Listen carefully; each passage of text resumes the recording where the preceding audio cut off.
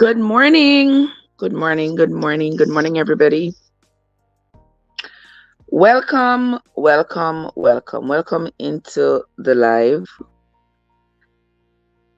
It's Wednesday morning. Thank you all so much for coming. I sincerely appreciate you. Sister Winsome, how are you doing, my love? It's good to see you. I finally recovered enough to forward onto the live. Whoa. But I am here.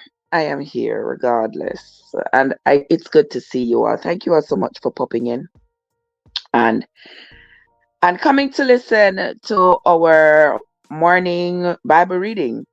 Now, for those of you who are just coming, I want to say welcome. To those of you who are just discovering the channel, I want to say welcome. Thank you so much for stopping by. I sincerely appreciate y'all.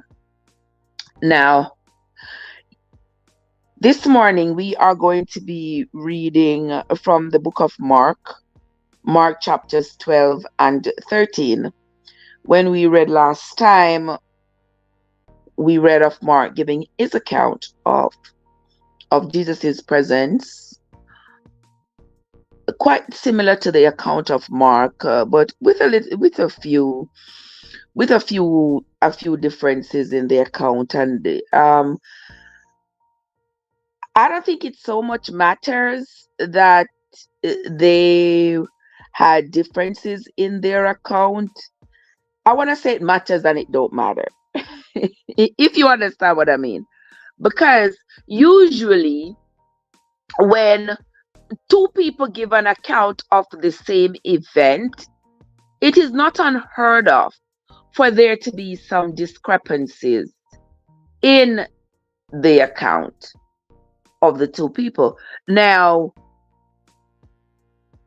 the listener has to determine, or the reader therefore has to determine, which story seems more plausible and which part of the discrepancies really don't matter.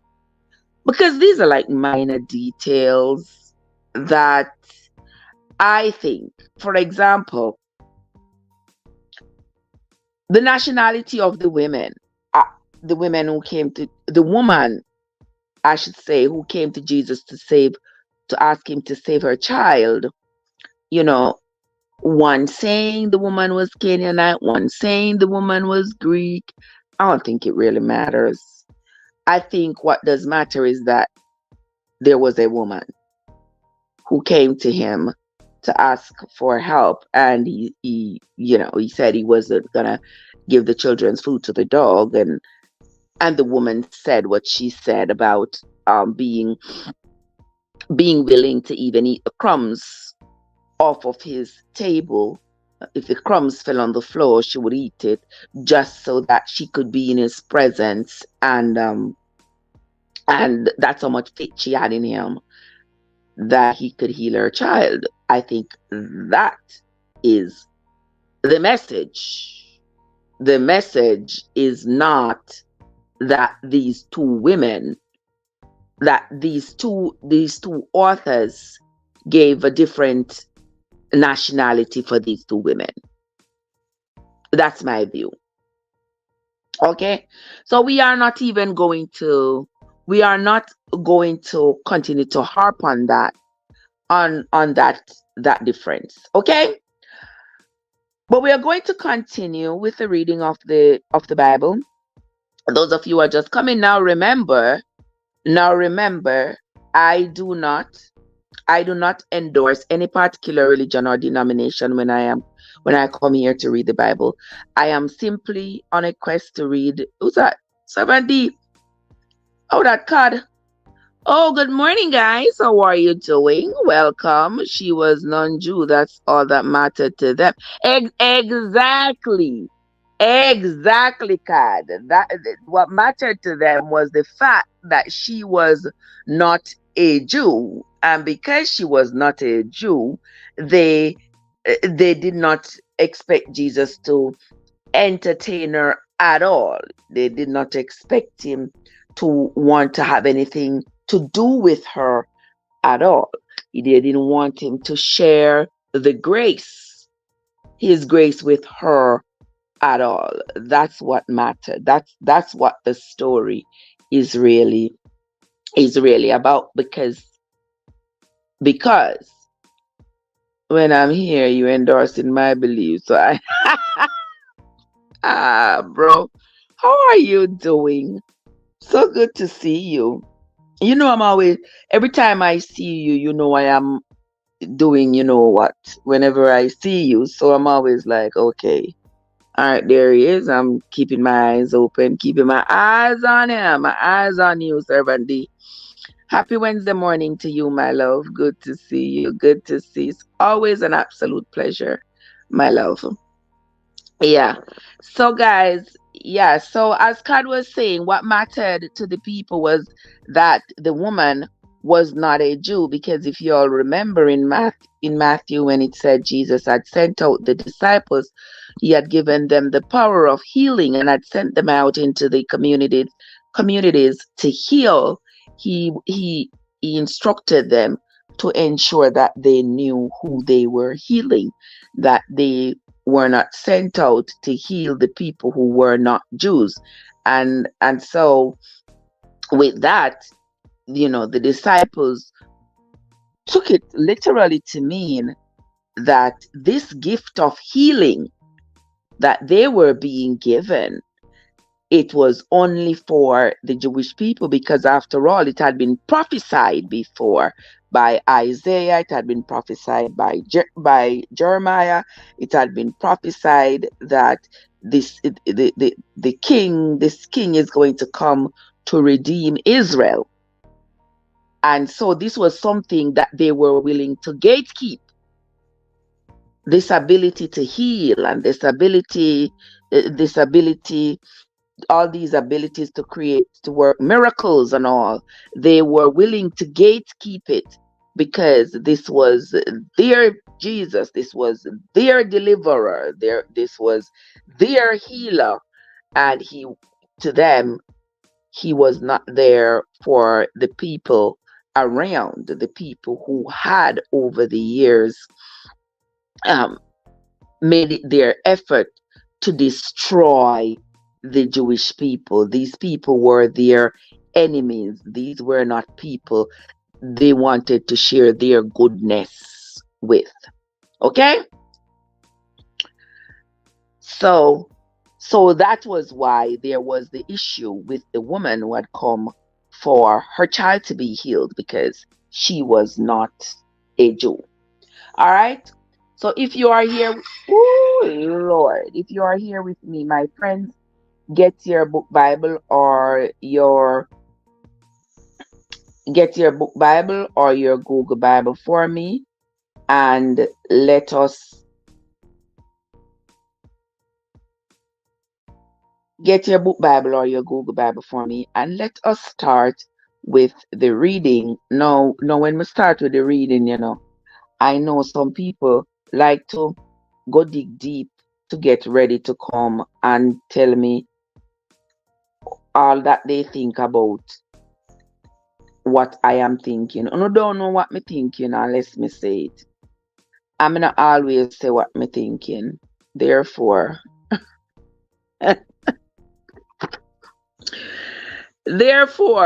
those who enjoy coming to tell me what they think I'm thinking, rest on yourself.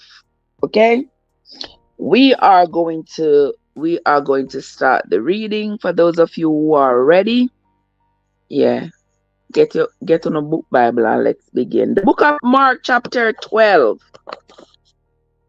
Mark chapter 12 says, and he began to speak unto them by parables. No, that is not new. We see that just about everything that Jesus was preaching to the people, he did so in parables. If y'all remember when they were going through the cornfield,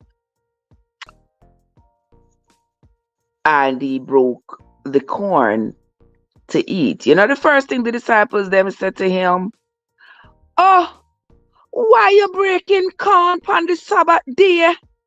Why you eating corn, breaking corn on the Sabbath day? Moses said that is wrong and that is punishable." Jesus tell them, "Uno remember David? David went into the synagogue on the Sabbath day. He was hungry and he ate the bread, and that bread was for the priests and the holy people in the Bible. And nobody else was supposed to eat it, but David was hungry and David ate the food. No, the Sabbath was made for man, not man for the Sabbath. This is this is like saying, is the wind flying the flag or the flag flying the wind? You know. So we see throughout the reading that the disciples were constantly holding Jesus' feet to the fire in regards to the teachings that had been handed down to them from the time of Moses. And we see where there was a stark difference. Don't you see that, guys? Where Jesus was like, all them things Moses taught y'all was, too extreme, I would say. Yeah, the things that Moses had taught them, too extreme. So we're saying, no, relax. Because if you're hungry on the Sabbath day, you're not going to eat. You're going to dead for hungry? Is that what y'all plan on doing? Dying of hunger? You're going to eat. If you're walking through the cornfield and there is corn and you are hungry, pick the corn and eat the corn. And the disciples could not see how this their Messiah would be willing to break these laws. Y'all remember now, Jesus came about 14 generations after even David. And he said, well, we're hungry, so we're hungry, we are eating food, we are eating corn. Nowadays you will find some people who are just the same like them disciples there. You understand? Lord, it's Sabbath. Me not use my phone. It's Sabbath. Me don't want to hear no music. It's Sabbath. Me not turn on no fire. It's Sabbath.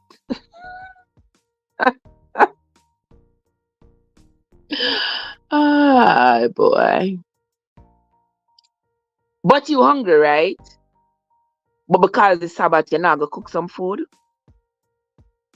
But you're thirsty, right? So because it's Sabbath, you're not going to get yourself a drink. Okay. I have heard these people so radical. It seems as though they want to say, well, I would rather die. I would rather die of hunger than put on a pot of fire on the Sabbath. People, stop being ridiculous. You understand? Stop being foolish. Stop being ridiculous. Right, Neo? Yeah, Neo, good morning. What's up with you? Good to see you, sugar. Good to see you. Yeah, you find these people who are so invested in radicalism that they will quote for you. My friends say, keep it holy, not hungry. Exactly. If you're hungry, you eat. When I was growing up, we never turn on the stove or catch up fire on Sabbath, From Friday evening before the sun set, the pudding done bake, the food done cook, everything. All I cook from Friday. Come Saturday morning, the tea already in the thermos. And we drink tea out of the thermos and we eat a little piece of pudding. And you go to church. And when you come back midday, yeah, The most you might able to do Saturday is maybe make little beverage to eat with the food, but everything already prepared from Friday. So Saturday, you know, iron your clothes. If you never iron your clothes from Friday before sunset, yeah, wear the same crush up clothes, go to church. Because you did already hear. This is something I grew up knowing. If the house not clean pan a Friday, hell and powder house. And you not get that beating this Saturday. You get that beating this Sunday morning. Anyhow the house not clean. You understand? That's how I was raised. My mother never play. Never play. So we knew it. That Friday evening, if no other evening, you better hurry up and reach home from school. Don't make sunset catch you a road. Reach home early so that the house can clean, your shoes can clean, your clothes can iron, and you're ready for Sabbath morning. You understand? So I think my mother would have been one of them who ain't gonna eat the corn pan Sabbath. But anywho, I know a landlord, if you call him not answer, do that, and him not answer, but he may take the money pan Sabbath. Why not? What your teacher P roll up in the place? Teacher P, what's up, sis? Good morning, good morning, good morning to you. How are you doing? Good to see you, sugar. Winsome say him now make the people them go back home with the money. After all, me not rang him. Take him money, yes, them owe me money, take it. Take it. But I know there are lots of people who are so radical. Them not answer the phone. People not answer phone on Saturday. So you want to tell me, say, if you're gonna say nah use the phone on Saturday. So if somebody a call, you don't know if an emergency, you're not gonna use the phone. So if you have an emergency, you're not call 911 on Saturday. Like, come on, people. And that's why Jesus set that example here and break the corn, but the disciple them, even though Jesus eat the corn on the Saturday, the disciple them was still mumbling behind him back. Mumbling behind him back. Which one are we are gonna be great? Yeah? Which one are we? Which one are we are gonna be great? Can you see that man here? You see that man here now? It's like when my predict say him are gonna be killed, one of we are gonna ascend to the greatness. You understand? So them never that talk for Jesus here, but he heard them. He knew that that's what they were discussing. You see that's always concerning to them, you know. Which one of them are gonna get this propelling to greatness when Jesus would have been crucified? TikTok boom, bless up yourself, David. How are you doing? I am doing great, you know, teacher P, you know. Life is the greatest, and once we are vertical, we give thanks. We give thanks because there are so many people in this day who would have they had hoped to live to see today, but didn't. Yeah, so we have a lot to give thanks for. So that's what we do. We give thanks. Yeah. Yes, guys. So we are going to be continuing with the reading. We're going to continue with the reading of this. We are on to St. Mark. For those of you who are just coming, we are on to St. Mark chapter 12. All right. So if you wish to, you can follow along with your book Bible or Google Bible, whichever one you got. Follow along with your Bible. And let us continue with the reading. All right.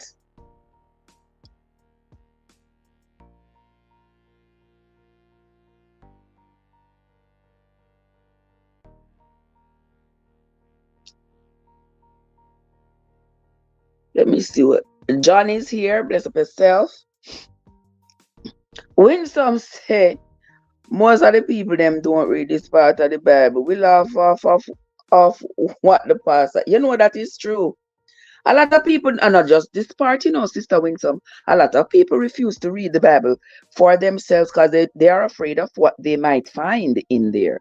And a lot of people even today, you hear even pastors preaching, and pastors preaching and upholding these radical laws that Moses had established. So me, I wonder if them pastor they don't read the New Testament and don't read that Jesus said most of these things that Moses had told the people was not right. Right boot on the left foot, bless up yourself. Bless up yourself, my brother. How are you doing? Winsome says most of the people them don't read this part of the Bible. We live off of what the pastor say. Most of them tell you what you want to hear. That is so true. But if you say a Psalm 3 or Psalm 91, he that dwelleth in the secret place of the Most High shall abide under the shadow of the Almighty. Bless up yourself, right, Boots. We have to be thankful to be alive. Yes, Teacher P. We have to be grateful. All right.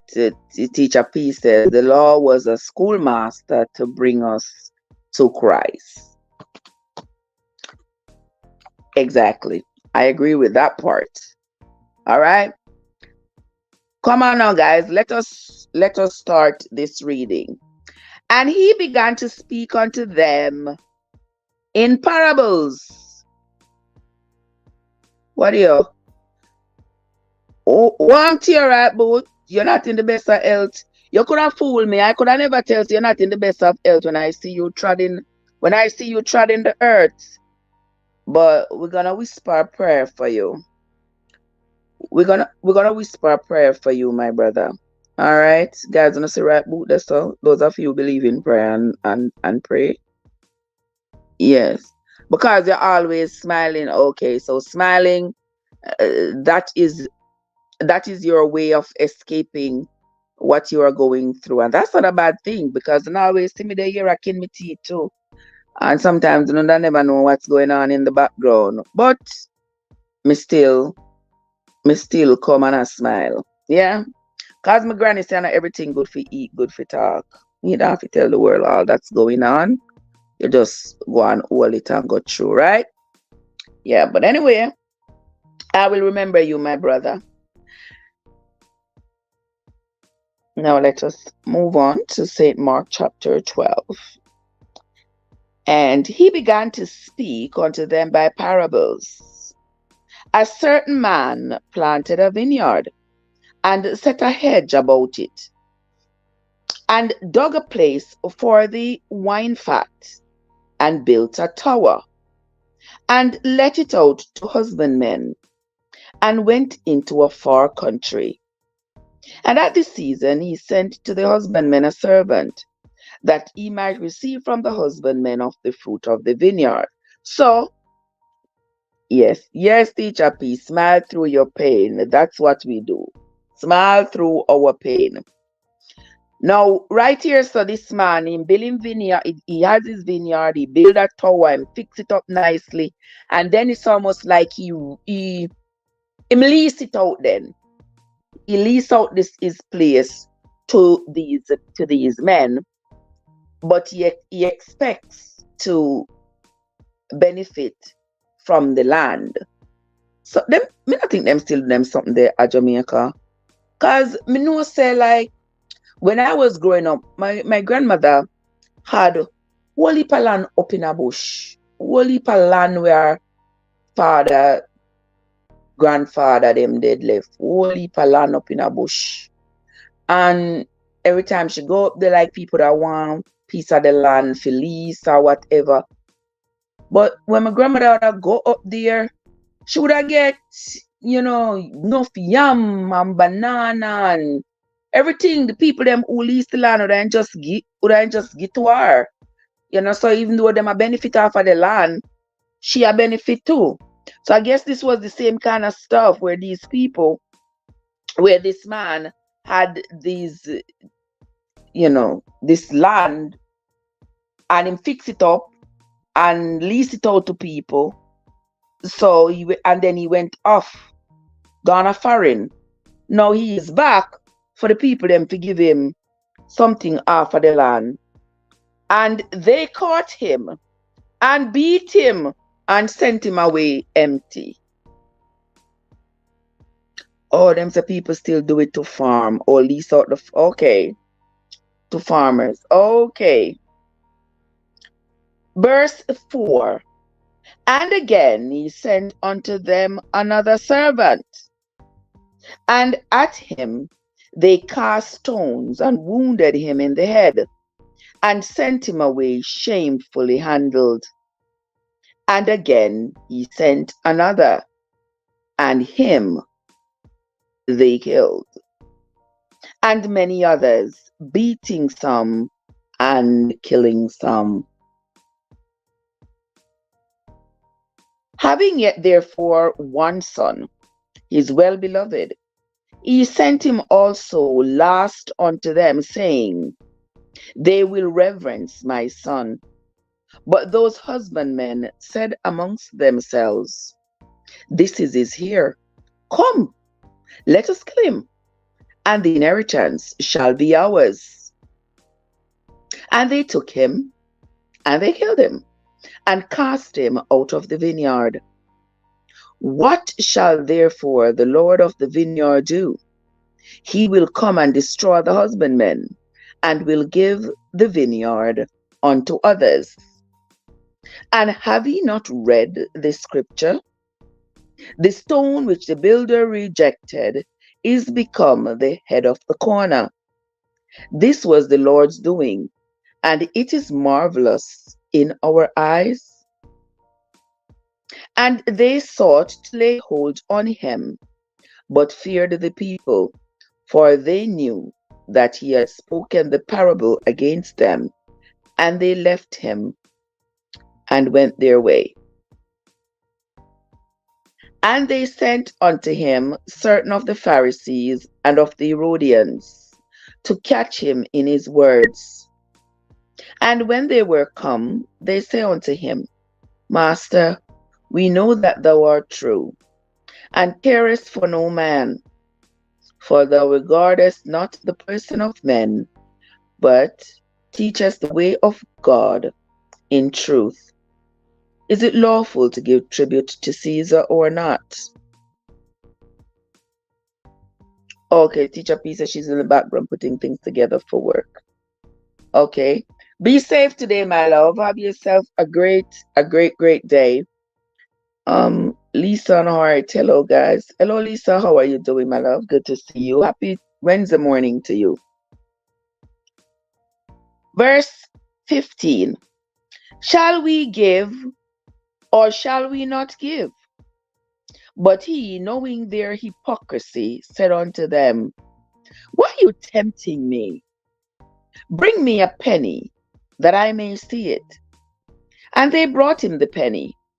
And he said unto them, Whose is this image and subscription? And they said unto him, Caesar's. That means Jesus said to them, Who for fears this upon the money? And they say, Caesar's. And Jesus answering, said unto them, Render to Caesar the things that are Caesar's, and to God the things that are God. And they marveled at him. Now, in my understanding of that, what would he be talking about when he says, render to Caesar what is Caesar's, and to God what is God's? This money, if it's money you're paying, you pay to Caesar. This is Caesar money. This doesn't have anything to do with God. So if Caesar asks you to pay him in money, whether it be taxes or whatever the case is, you pay to Caesar. When God said, bring your heart, make sure your heart is clean, your heart is pure, then that's what you do, because your heart belongs to him. But him don't want money. Jesus don't want money. God don't want money. He wants your heart. So if your heart, so you give your heart to God, but you give money to Caesar, because that belongs to Caesar. God don't need money. Okay? We are come back to that money story there, because we have gone over the money story a few times, but we are come back to that money story there. Not today. Not today. We're gonna come back to that money story, because people always talk about, whether or not them to give tithe at church, or not them to give money at church. God don't want no money. And back in the days when Jesus was on earth, it was not about no collecting of money. Nowadays, the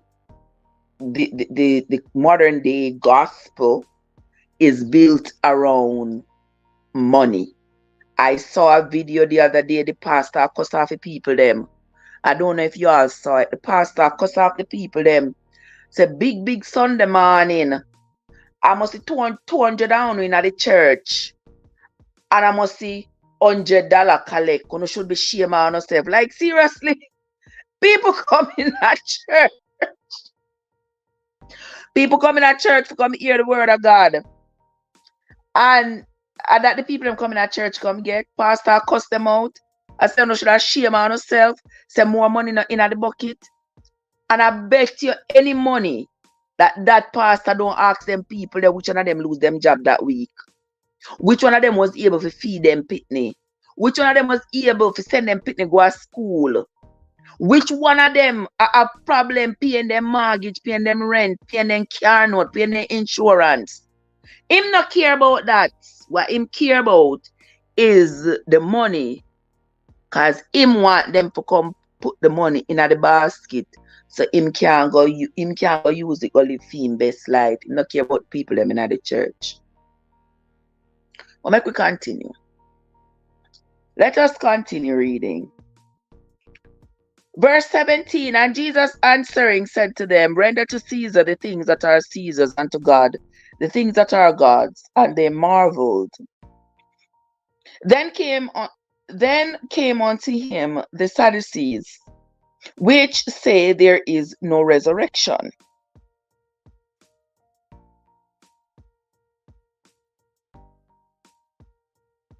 Then come unto him the Sadducees, which say there is no resurrection. And they ask him, saying, Master, Moses wrote unto us.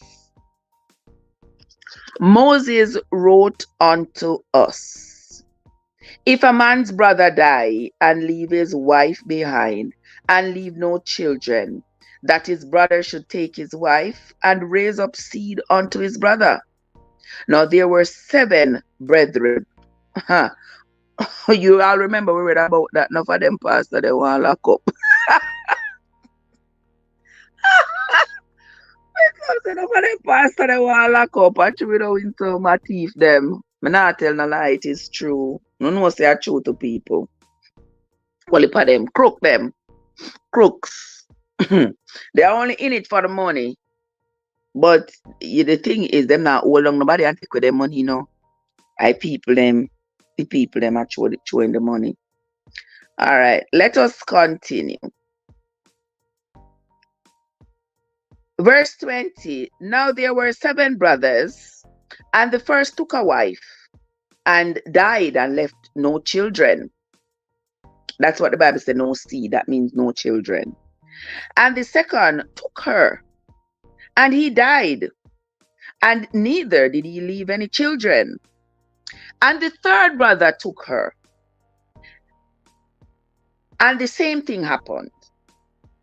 And the 7 had her. So each brother married to this woman, but they didn't have, each brother died before they could have any children.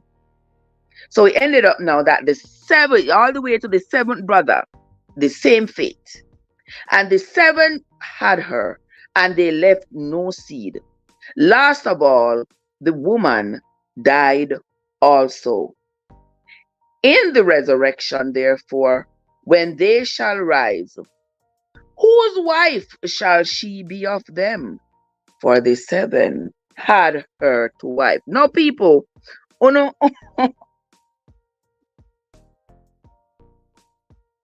Now, people, let me sit down up straight for that one here. Because All of them something. Yeah.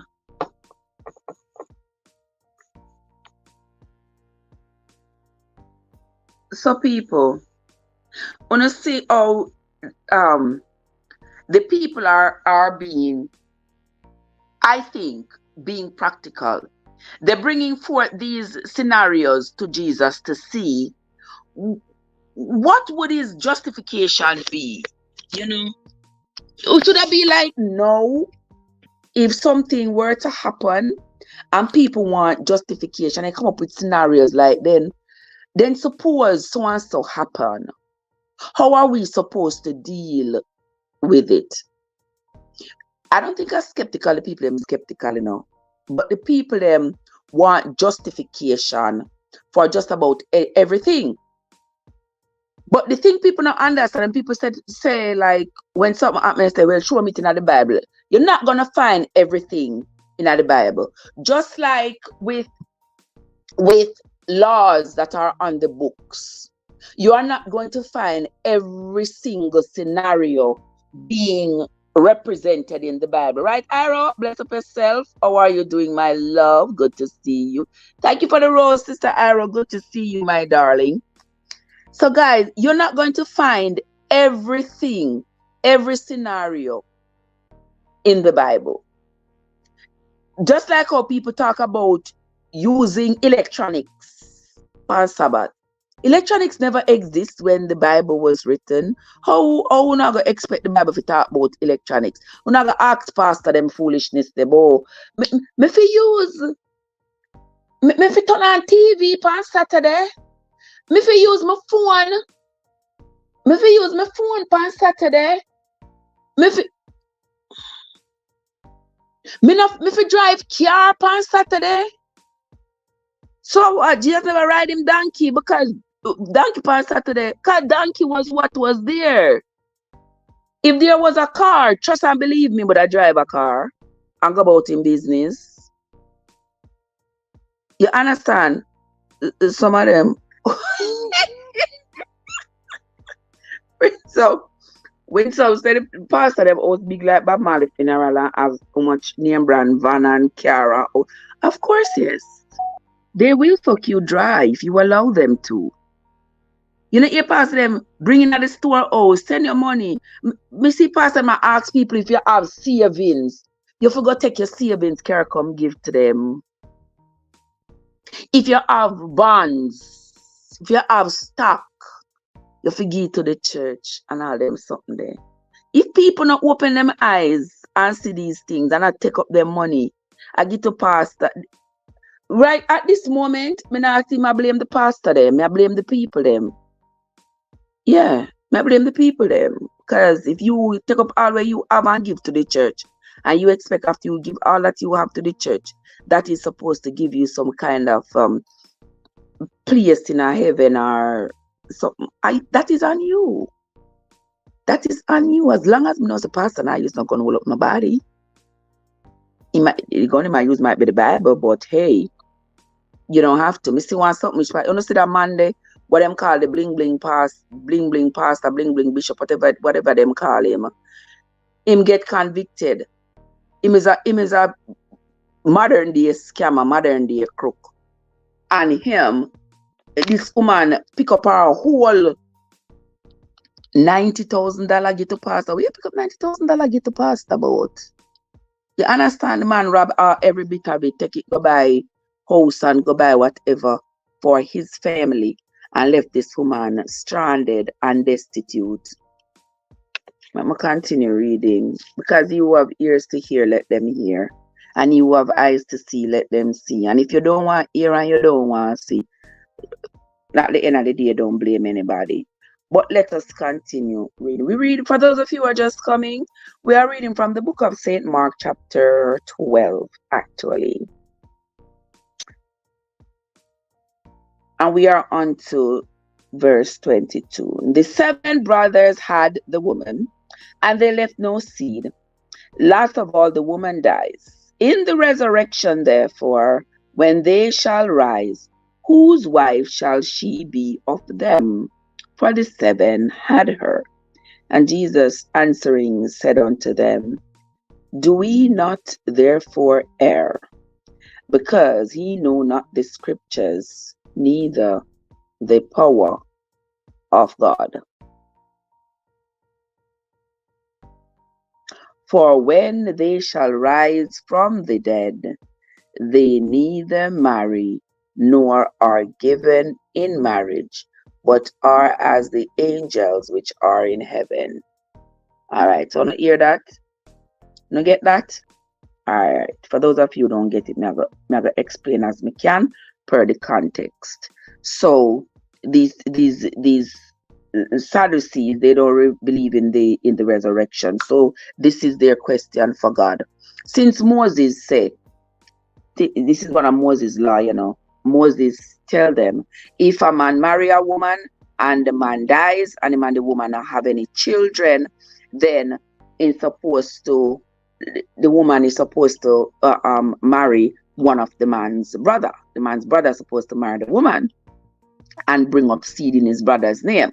So their scenario is that, listen, there are 7 brothers. Imagine that there are 7 brothers. The first brother married to the woman. They're not having no kids together. The man dies. The second brother takes the woman, marries her. They don't have any kids. The man dies. The third brother takes the woman, marry her.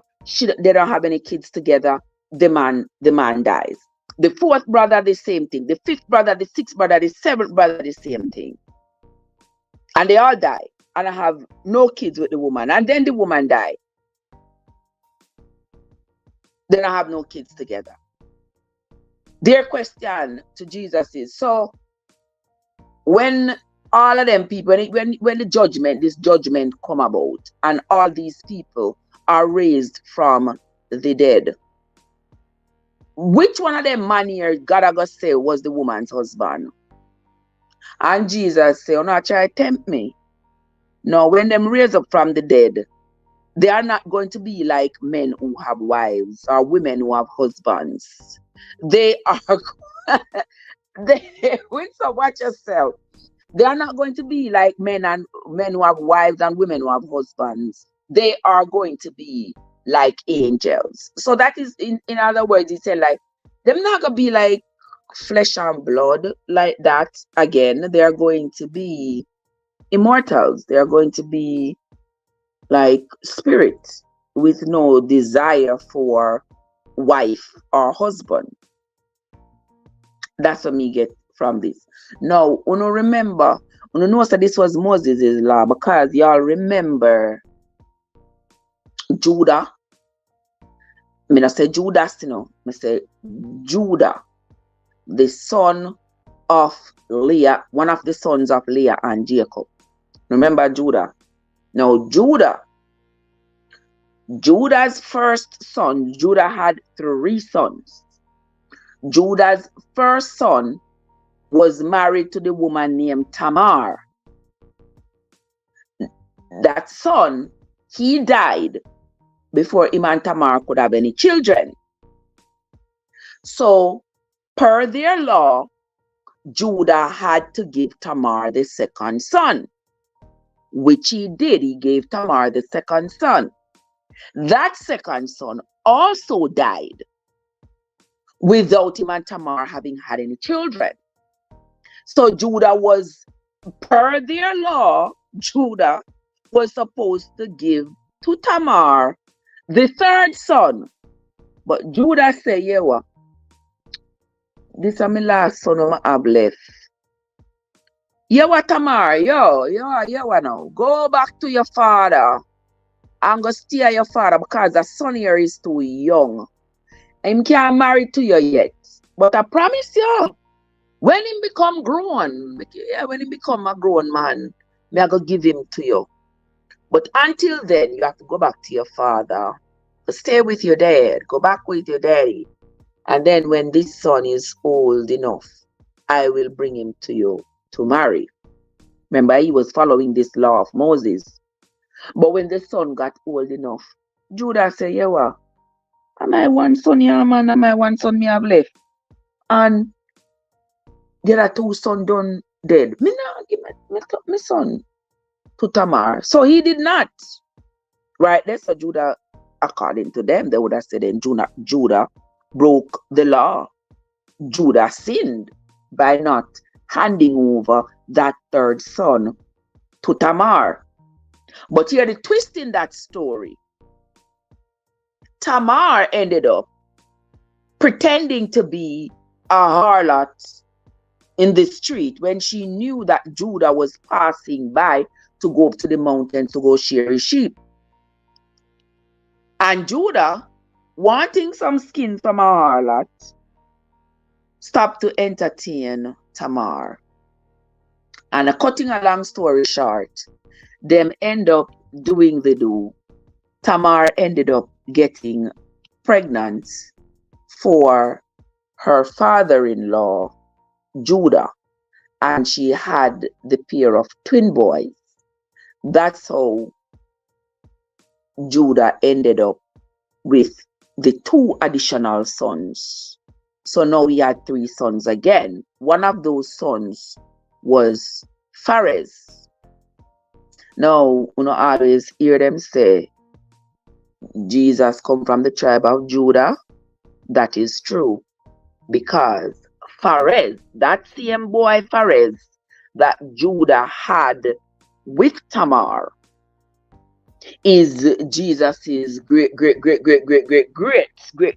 grandfather, because it is from his loin that Jesus came in his earthly presence. I'm talking because Phares is the great grandfather of Jesse, who was David's father, and coming down the line, because you know it was 14 generations in between, and coming down the line to Joseph, who was Jesus's earthly father. All right, so they indeed did uphold that Moses law.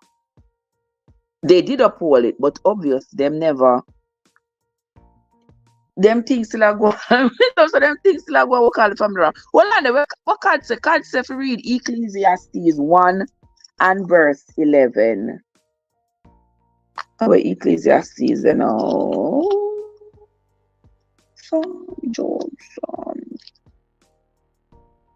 Psalms and Proverbs. Ecclesiastes, right? Ecclesiastes right after Proverbs. All right.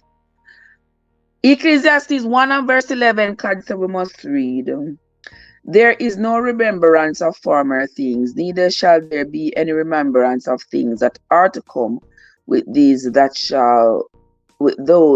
shall come after. Okay? So there you have it. So that's what Jesus was explaining to the Sadducees, that when these people come back to life, they're not coming back as humans, they're coming back as basically as spirits. Okay, let us continue. Verse 26. And as touching the dead, that they rise, have you not read in the book of Moses, how in the bush God spoke unto him, saying, I am the God of Abraham, and the God of Isaac, and the God of Jacob?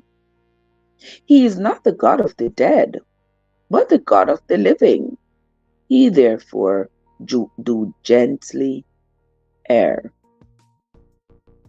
All right, so Jesus will tell them, so uno wrong, uno mildly wrong, yeah, for coming up with this scenario here and trying to say that there is something flawed about what I am trying to teach y'all. By y'all coming up with this seven men, 1 woman scenario. Yeah, you all are gently flawed. And one of the scribes came, and having heard them reasoning together, and perceived that he had answered them well, asked him, which is the first commandment of all? And Jesus answered him, the first of all the commandments is, Hear, O Israel, The Lord our God is one Lord.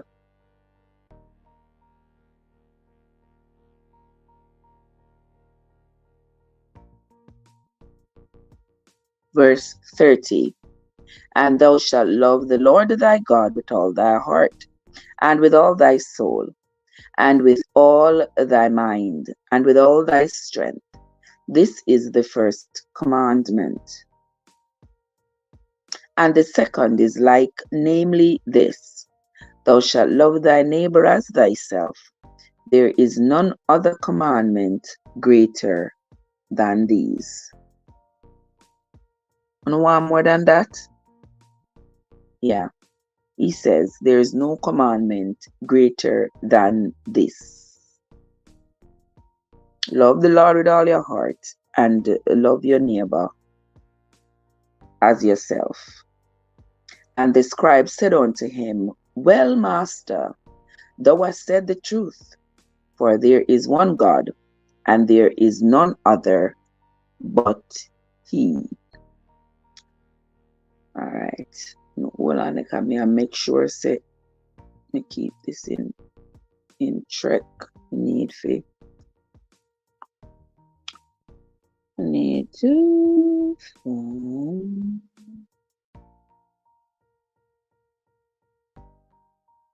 okay. Let's see who else is here. Oh, that Lens, what's up? Card says, didn't you notice that there was a book of Moses? Yes, I noticed that there was a book of Moses. I jotted down. I figured, the book of Moses would have been that book that outlined all of those laws that Moses was distributing amongst his people, all these things that Moses was telling the people that they had to and had not to do. Let us continue. And the scribe said unto him, Well, master, thou hast said the truth, for there is one God, and there is none other but he.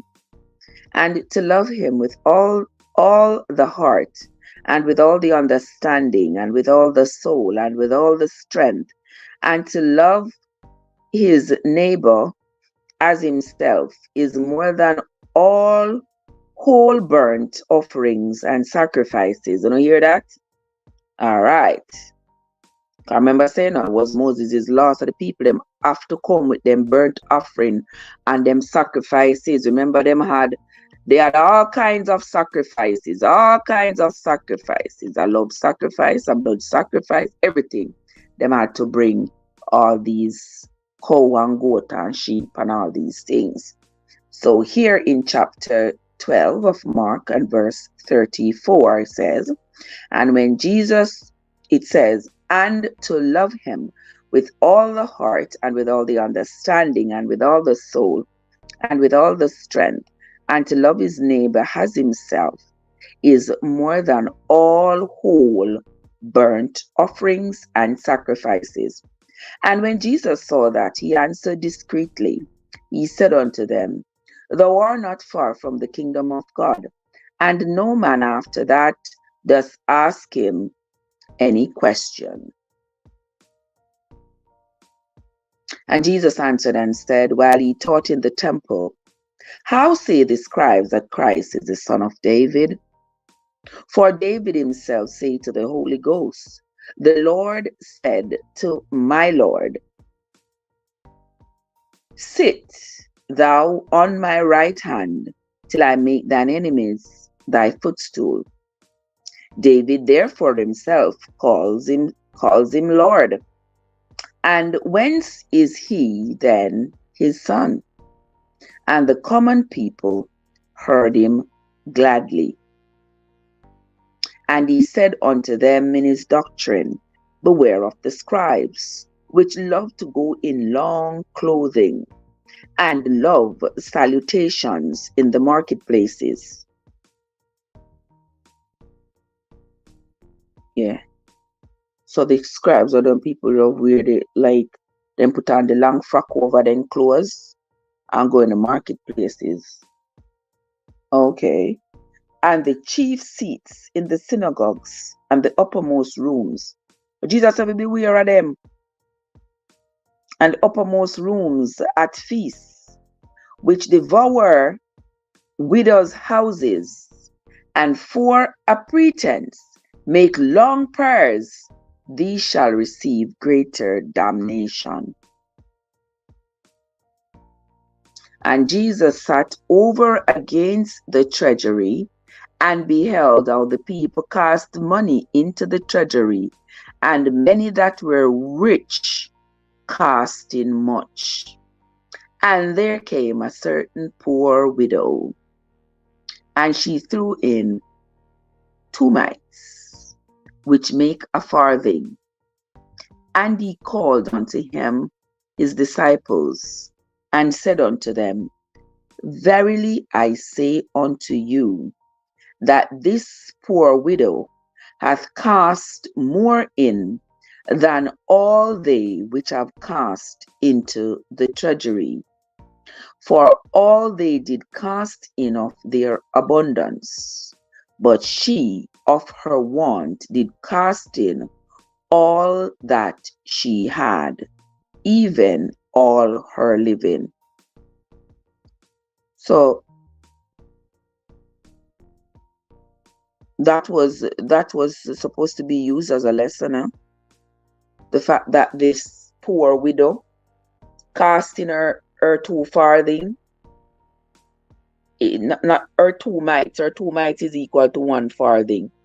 So she cast in that was all she had. But the rich people them cast in, even though they cast in more, hers meant more.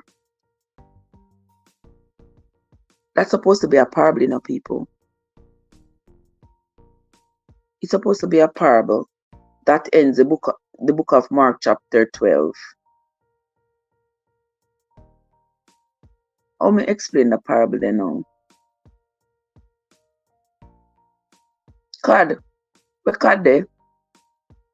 God, me need your help. Look, read this again, people. And Jesus sat over against the treasury and beheld how the people cast money into the treasury, and many that were rich cast in much. So them just a casting for show off. Say them have enough money. You understand? Them are just a casting for the money for show off. Say, yeah, me rich, so I can throw in $100 bill. And then came a certain poor widow, and she threw in her farthing. And he called unto them his disciples, and said unto them, Verily I say unto you, that this poor widow has cast more in than all they which have cast into the treasury. For all they did cast in their abundance, but she of her want did cast in all that she had, even all her living. If you have $1 million and you give 100,000, it looks as though you give a lot. But for someone who have $1 and they put that last $1, it means more than you that give that 100,000. Yes, God, just like that. Thank you so much for that explanation. Yeah. So the people who were rich. So, whew, that sneeze just won't come out. Yeah. So the rich people, they were casting in to show that, look what me can give. Me rich, so me can give a whole lot.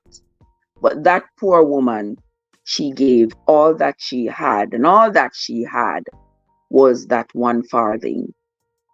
So hers meant more because she gave it from her heart. She gave it from her heart, not to show off, but to give. We're going to move on to chapter 13. Let's see what Jesus said to the people about this scenario. And as he went out of the temple, one of his disciples said unto him, Master, See what manner of stones and what buildings are here. And Jesus answering said unto him, Seest thou these great buildings?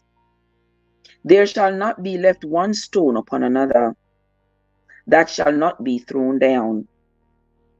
And as he sat upon the Mount of Olives, over against the temple, Peter and James and John and Andrew asked him privately, Tell us, Father, when shall these things be? And what shall be the sign when all these things shall be fulfilled? And Jesus answering them began to say, Take heed lest any man deceive you. For many shall come in my name, saying, I am Christ, and shall deceive many.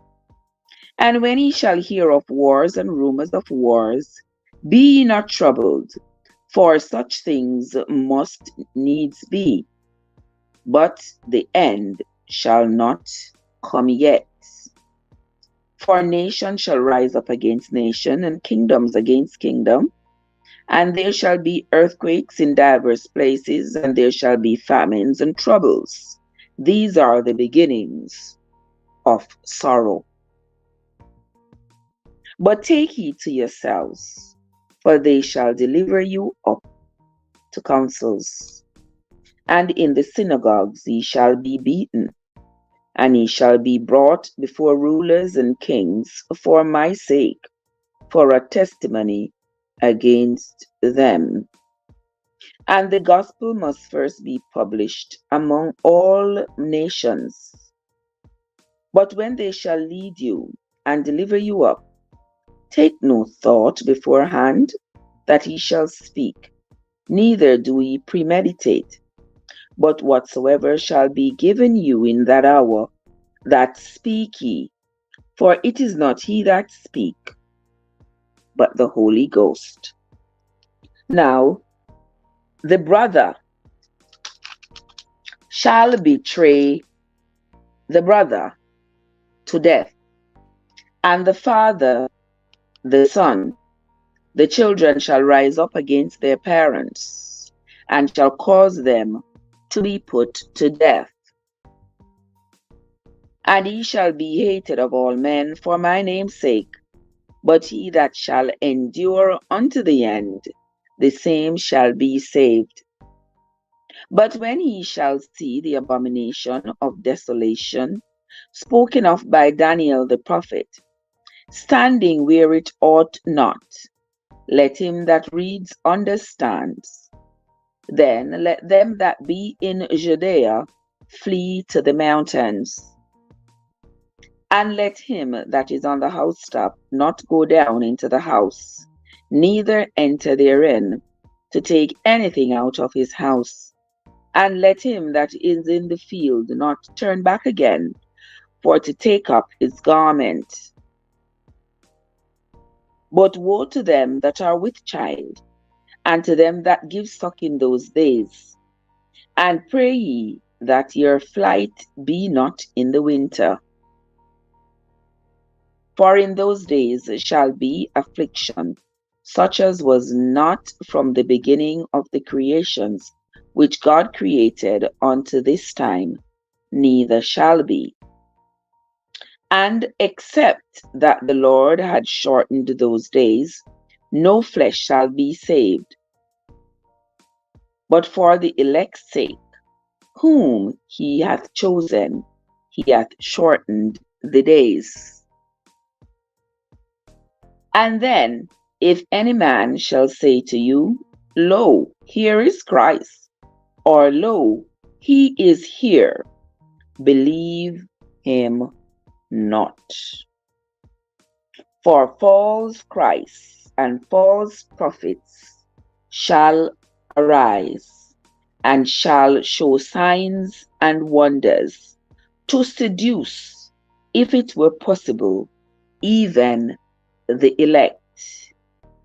But take ye heed, behold, I have foretold you all things. But in those days, after that tribulation, The sun shall be darkened, and the moon shall not give her light, and the stars of heaven shall fall, and the powers that are in heaven shall be shaken. And then shall they see the Son of Man coming in the clouds with great power and glory. And then shall he send his angels, and shall gather together his elect from the four winds, from the uttermost part of the earth to the uttermost part of heaven. Now learn a parable of the fig tree. When his branch is yet tender and puts forth leaves, he know that summer is near. So he in like manner, when he shall see these things come to pass, know that it is near, even at the door. Verily, I say unto you, that this generation shall not pass till all these things be done. Heaven and earth shall pass away, but my words shall not pass away. But of that day and that hour knows no man, no, not the angels which are in heaven, neither the Son, but the Father. Take heed, watch and pray, for ye know not when the time is. For the Son of Man is as a man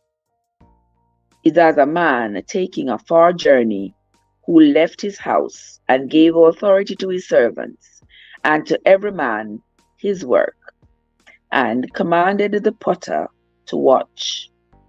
Watch ye therefore, for ye know not when the master of the house comes, at evening, or at midnight, or at the cock crowing, or in the morning, lest coming suddenly he find you sleeping.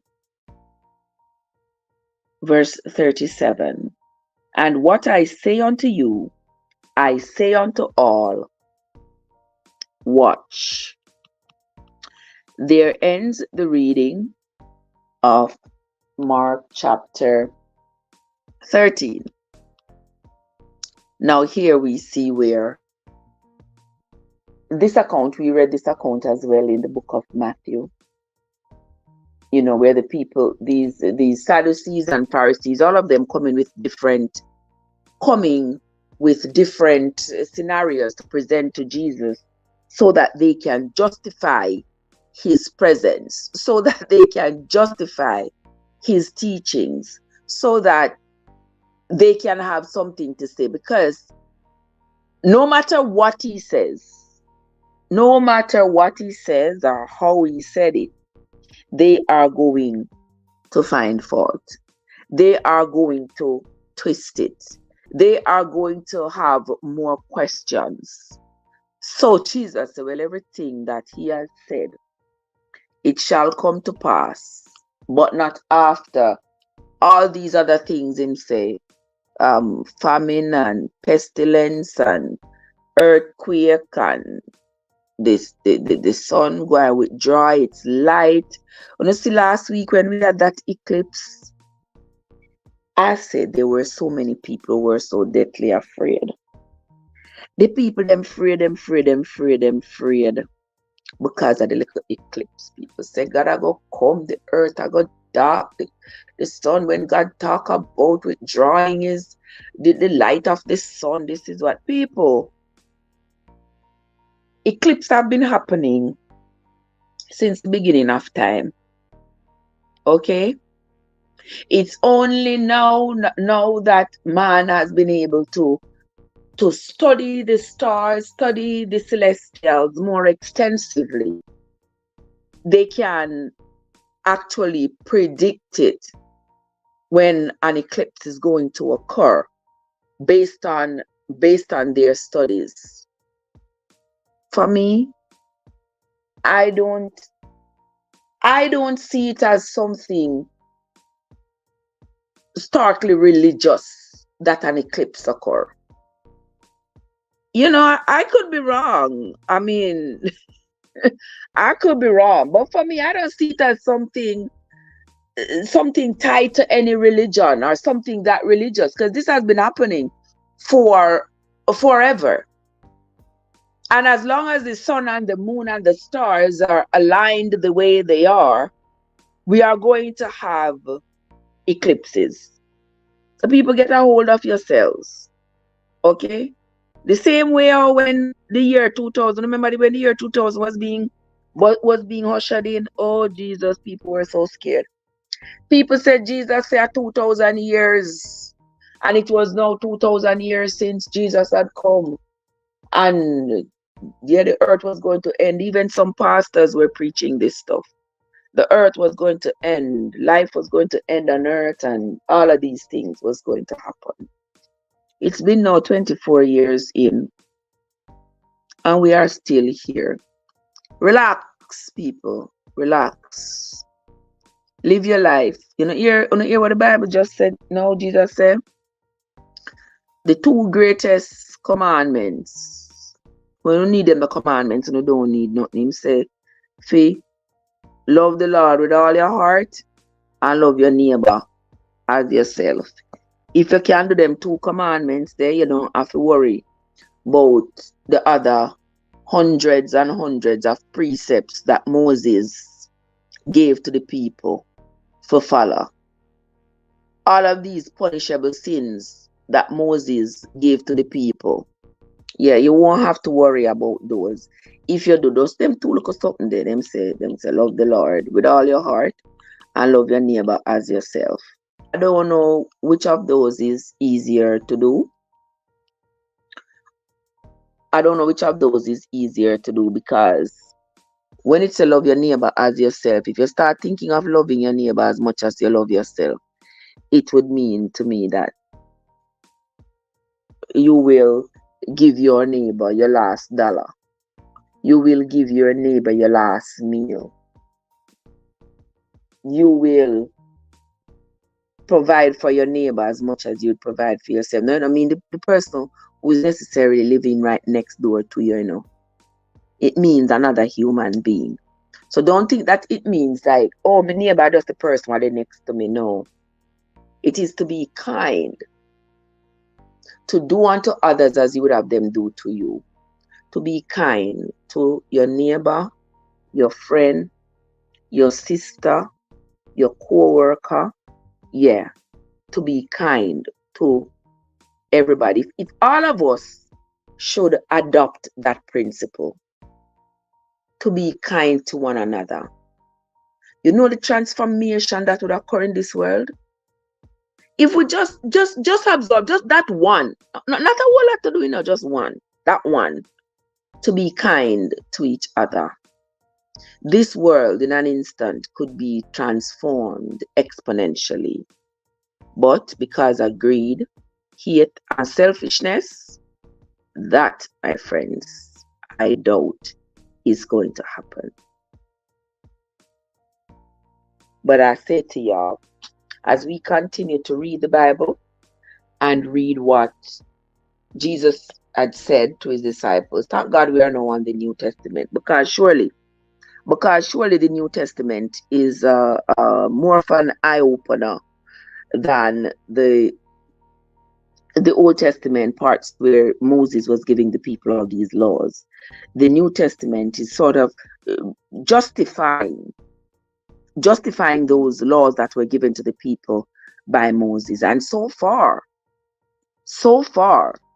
I have seen that all these laws that Moses was given to the people and that the people were adhering to, them never necessary. All of this sacrificing animals day and night. Remember when we were reading that and I said, this cannot be of God. I told y'all, I said, this cannot be of God. I cannot for the life of me believe that God told Moses these things. Honestly, I'm never wrong.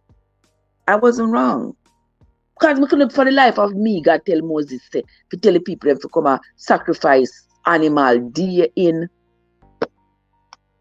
day in and day out, morning, noon, and night. The people them for come and sacrifice animal all day long. So if you don't have no animal to sacrifice for your sins, you are damned. So here Jesus are telling people them say, no, you know them sacrifice, them animal sacrifice there. No, y'all don't need that. So when I hear people say anything what in the Bible are true and them a follow it, apparently those people have not read the Bible with the intent to understand, but rather with the intent to be led blindly. Yeah. So far in the New Testament, we see Jesus eat food on the Sabbath day. We see Jesus walking, going about in business on the Sabbath day. We see him talking about the giving, give to Caesar what is for Caesar. If you have to pay your taxes with Caesar money. You can't give God money because God no need money. If you're there at church, you're going to contribute. You're going to contribute and I go, and for your soul. It's not like you are paying to a ransom for your soul. You can't pay money as a ransom for your soul. And you no want no sacrificing of no animals as no ransom for no sin. Okay? But guys, we are going to continue with the reading. I don't know if we're going to be able to read tomorrow or we're going to read late. I'm not sure. I don't want to give you hope. So just take me when you find me. When I come here, you take me as I am. Because I don't want to say I can come tomorrow. Because yesterday I said I was going to come. I'm going to come off of work. It was like almost 12 o'clock. Them time I just need to go sleep, tired as a goose. But anyway, when we come tomorrow morning, we will come and we will continue with the reading of the Bible. For those of you who came in this morning and stopped by, Iro, thank you for the rose. Those of you who hit the like button, thank you so much. I sincerely appreciate it. Those of you who contributed to the chat card as usual, thank you so much. Teacher P was here, Servant David, Sister Winsome, Sister Iro, right boot on the left foot, and others. There were several other people who were here. I sincerely appreciate you all. Thank you all so much for stopping in. We will be back here tomorrow morning, same time, not same time, but same place. We will be back here tomorrow morning as we continue to read the Bible from the beginning to the end. So join me again, won't you? Until next time, my friends. This is Trev from Trevessence, where your journey matters. Have yourselves a fantastic day, everybody. Winsome.